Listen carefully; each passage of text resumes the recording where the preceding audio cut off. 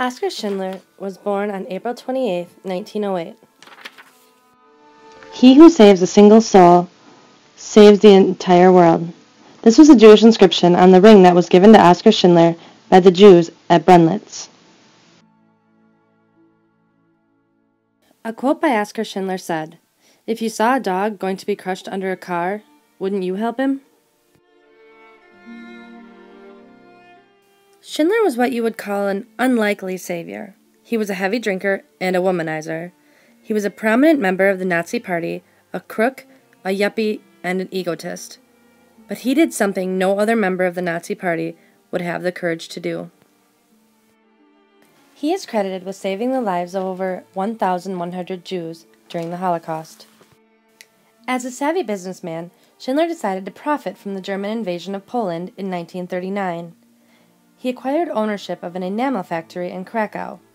With the help of Itzhak Stern, Schindler received around 1,000 Jewish forced laborers to work for him.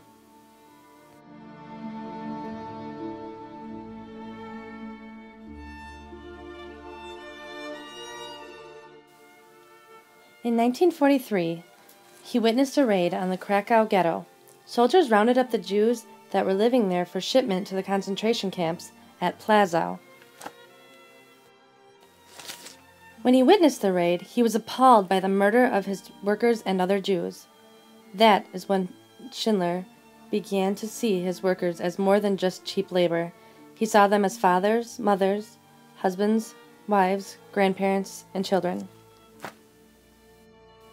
For starters, Schindler started hiring more Jews than necessary in order to operate his factory. The factory came to be known as a safe haven, a place where they were protected. Eventually, all the Jews in Krakow were forced into labor camps, followed by death camps. Schindler was able to save his workers by making a list with the names of 1,100 Jews. He convinced the Nazi officials that he needed those particular Jews in order to run his factory that made wartime goods.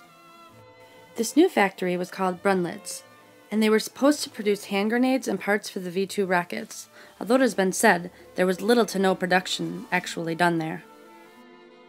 The new factory was a safe place for Schindler's Jews. He and his wife Emily gave them extra food and medicine to keep them healthy. Oskar and Emily Schindler risked their lives and spent their fortune saving the lives of about 1,300 Jews.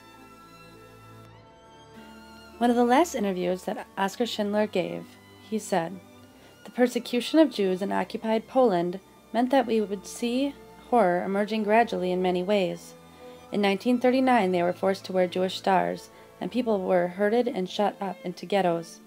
Then, in the years 41 and 42, there was plenty of public evidence of pure sadism. With people behaving like pigs, I felt like the Jews were being destroyed. I had to help them. There was no choice." Was Oskar Schindler a true leader? He did what was right.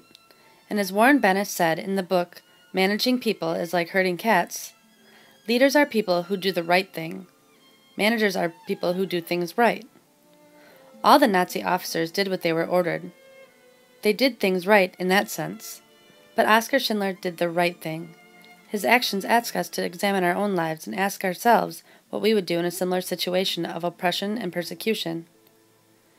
Schindler showed the greatest characteristics of a leader when it meant most, and because of that, there are more than 7,000 descendants of the Schindler Jews whom he saved, risking all his wealth and even his own life.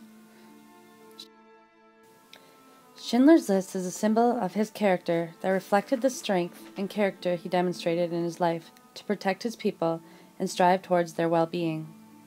That is an example of a great leader.